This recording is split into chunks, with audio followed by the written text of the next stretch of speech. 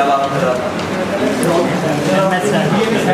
Importance of MS lecture बताई थी और वो थोड़ी सी भी और मंदिर से लेक्चर सुना था, बाद में जाके समझ में आ गया होगा। और एक बात याद रखिएगा, राउटर के पास जब कोई चीज़ आती है, बल्कि मैं आपसे सवाल कर रहा हूँ, राउटर पे जो चीज़ रिसीव होती है उसे क्या कहते हैं? पैकेट। बहुत सारे लोगों ने जवाब दिया पैकेट। क्यों कहते हैं पैकेट? जब आप पैकेट कहते हैं इसका मतलब है you are dealing with network layer header, ठीक है। अब उसके अंदर वॉइस का ट्रैफिक हो, उसके अंदर वीडियो कंटेंट हो, उसके अंदर ईमेल हो, या वो आपका पिंग का पैकेट हो, ठीक है, उसकी forwarding on the basis of IP address हो। ऐसा ही है। सवाल आपसे ये है कि राउटर पैकेट को जो राउट करता है वो नेचर ऑफ डाटा पे डिपेंडेंट है या independent to nature of data? Independent. यानी इट डजंट मैटर कि उस पैकेट में जो पेलोड है वो क्या कंटेन कर रहा है, वो ईमेल डाटा कंटेन कर रहा है, वो वॉइस का ट्रैफिक कंटेन कर रहा है, व्हाटसोएवर, जो मर्जी है। राउटर का इससे कोई ताल्लुक नहीं। राउटर में जो फॉरवर्डिंग करनी है वो on the basis of simply IP address. तो इसका मतलब ईमेल भी जाएगी तो उसके लिए कोई नया तरीकेकार नहीं होगा। ईमेल में भी उसी तरह जाना जिस तरह एक नॉर्मल पैकेट जाता है। तो इसका मतलब फिर ईमेल की राउटिंग के लिए आईपी एड्रेस मैंडेटरी हो गया। मैंडेटरी हो गया ना कि जो मेल सर्वर है वो जब दूसरे मेल सर्वर पे मेल सेंड करेगा तो फर्स्ट ऑफ ऑल से आईपी एड्रेस डिस्कवर करना पड़ेगा, ठीक है। और आईपी एड्रेस डिस्कवर करने के लिए, बल्कि आईपी एड्रेस रिजॉल्व करने के लिए आपको कोई ना कोई इन्फॉर्मेशन चाहिए होती है। ऐसा ही होता है। अगर आप मुझसे कोई क्वेश्चन करें तो क्वेश्चन का एक्सेल्फ एग्जिस्ट करना जरूरी है ना। अगर आप कहते हैं कि सर एक सवाल है उसका जवाब है तो जवाब नहीं दे सकते, ऐसा ही है ना। कुछ ना कुछ इन्फॉर्मेशन आपको मुझे देनी पड़ेगी, ठीक है ना। या आप किसी से अगर रास्ता पूछ रहे हैं, आप कहते हैं यार मेरा यहाँ एक दोस्त रहता है, उसका रास्ता उसका घर का एड्रेस बता दो, कोई नहीं बता सकता। आपको उसका नाम, ठीक है, कुछ ना कुछ इन्फॉर्मेशन देनी पड़ेगी। तो मेल सर्वर को डिस्कवर करने के लिए भी जो सेंडिंग मेल सर्वर है उसको कुछ ना कुछ इन्फॉर्मेशन डीएनएस को देनी पड़ेगी। और ये वही इन्फॉर्मेशन है जो ईमेल एड्रेस का पार्ट है। ऐसा ही है ना। ईमेल एड्रेस में आपका डोमेन नेम क्यों साथ आता है? क्या खास बात है? डोमेन नेम साथ लगाना जरूरी क्यों है? इसलिए जरूरी है क्योंकि यही वो डोमेन नेम है जिसकी बेस में मेल सर्वर को डिस्कवर किया जाता है। बात समझ में आती है? ठीक है। अगर आपने ईमेल सेंड किए tahir@hotmail.com, देखिए एक तो होती है लोकल डिलीवरी जिसे हम कहते हैं intra server message flow. Intra server message flow का मतलब पता क्या है कि सेंडिंग मेल बॉक्स और receiving mail box same server है। Hotmail to Hotmail, Yahoo to Yahoo, ठीक है। अगर इंट्रा सर्वर मैसेज फ्लो है तो एमएस रेकॉर्ड की जरूरत नहीं, ठीक है। बात समझ में आ रही है? इंट्रा सर्वर मैसेज फ्लो वो फ्लो है जिसमें सेंडिंग मेल बॉक्स और receiving mail box same server पे है। ना इसके लिए एमएस रेकॉर्ड चाहिए, ना एक और चीज वो है, उसे क्या कहते हैं, वो इंट्रा सर्वर नहीं है, वो है इंट्रा डोमेन मैसेज फ्लो। ये मेल सर्वर तो दो थे लेकिन थे दोनों किसमें? forward.com में। अब भी नहीं चाहिए एमएस रेकॉर्ड। बात समझ में आ रही है? आप सिर्फ ये डिस्कवर करना है कि यूजर का मेल बॉक्स किस मेल बॉक्स सर्वर पे है, वो एक्टिव डायरेक्टरी इंफॉर्मेशन देगी। तो ना इंट्रा सर्वर मैसेज फ्लो के लिए एमएस रेकॉर्ड चाहिए, जाग रहे हैं ना आप लोग? जी। इंट्रा सर्वर मैसेज फ्लो और intra domain message flow. Intra domain message flow का मतलब ये है कि डोमेन सेम है लेकिन मेल सर्वर डिफरेंट हो सकता है। दोनों के लिए एमएस रेकॉर्ड की जरूरत नहीं है। बात समझ में आ रही है? एमएस रेकॉर्ड इन्वॉल्व उस वक्त होता है जब एक डोमेन से मेल दूसरी डोमेन में जाता है। समझ में आती बात? वहां पे इन्वॉल्वमेंट होती है एमएस रेकॉर्ड की। एमएस रेकॉर्ड दूसरों को आपकी प्रेजेंस का बताता है। यानी अगर आपका एमएस रेकॉर्ड नहीं होगा पीर साहब तो मेल सेंड हो जाएगी लेकिन आप रिसीव नहीं कर सकेंगे। बात समझ में आ रही? अगर आपका एमएस रेकॉर्ड नहीं है तो इससे आपको नुकसान ये है कि आप दूसरों के लिए अवेलेबल नहीं, ठीक है। मेल सेंड करना कोई इशू नहीं, आप दूसरों को मेल सेंड कर सकते हैं लेकिन कोई दूसरा आपको मेल सेंड नहीं कर सकता। यहाँ तक मैंने आपको लास्ट टाइम करवा दिया था, मैंने अब सम अप भी कर दिया। अब एक्सचेंज 2010 में जो पहली बात आपने याद रखनी है वो है कॉन्सेप्ट ऑफ कनेक्टर, ठीक है।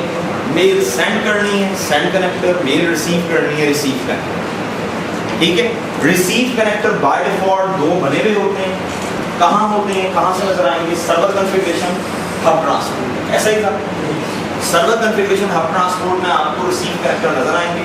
एक कनेक्टर वो है जो क्लाइंट को फैसिलिटेट कर रहा है, क्लाइंट जिससे कनेक्ट हो रहा है, और एक कनेक्टर वो है जो मेल सर्वर्स के लिए।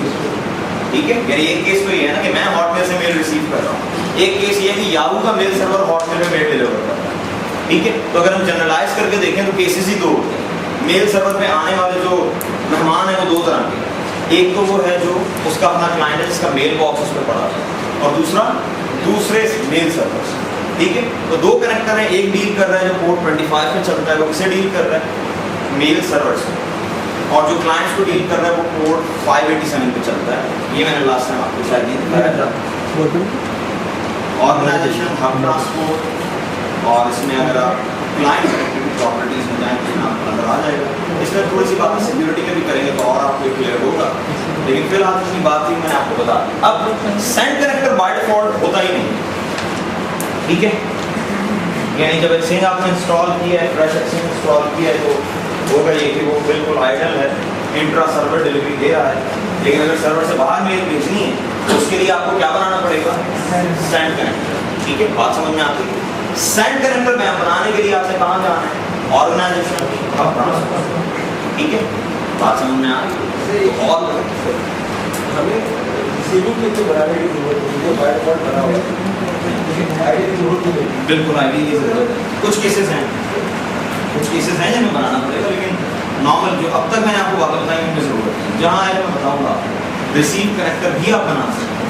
ठीक है, लेकिन मैं ऑर्गेनाइजेशन हब ट्रांसपोर्ट में आया और यहाँ मैंने क्लिक किया न्यू कनेक्टर पे, इसका नाम दे दिया, मैं इसका नाम दे देता हूँ इंटरनेट, और यहाँ से एड्रेस स्पेस मैंने स्टेरिक दे दी थी, क्योंकि यू नेवर नो कि आपका यूज़र कहाँ मेल सेंड करेगा, दुनिया में कहीं भी सेंड कर सकता है, तो उसमें आप स्टेरिक ही देंगे।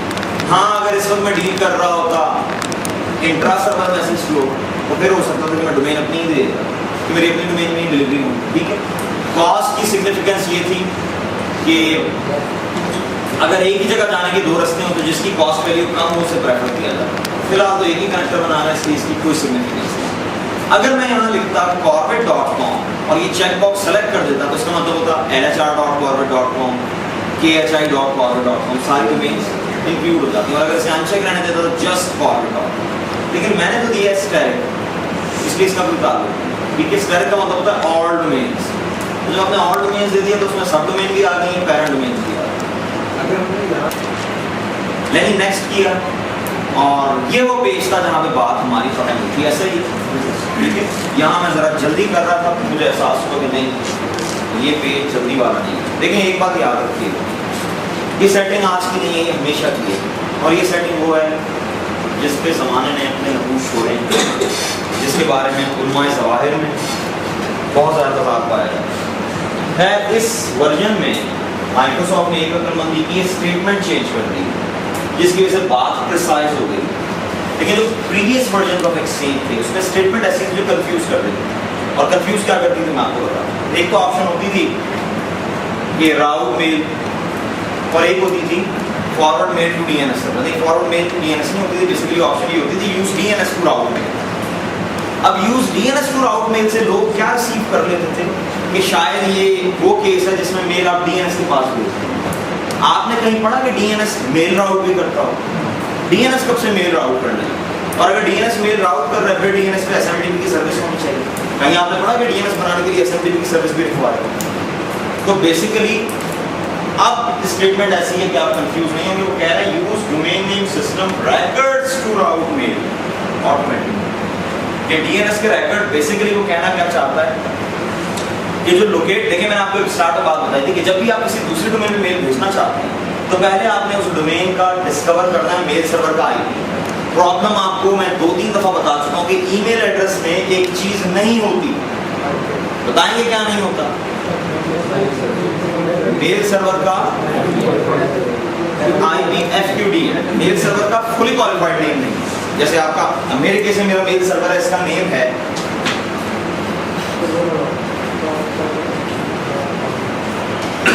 ये सर्वर 1 है इसका नाम, ठीक है ना, ऐसा ही है।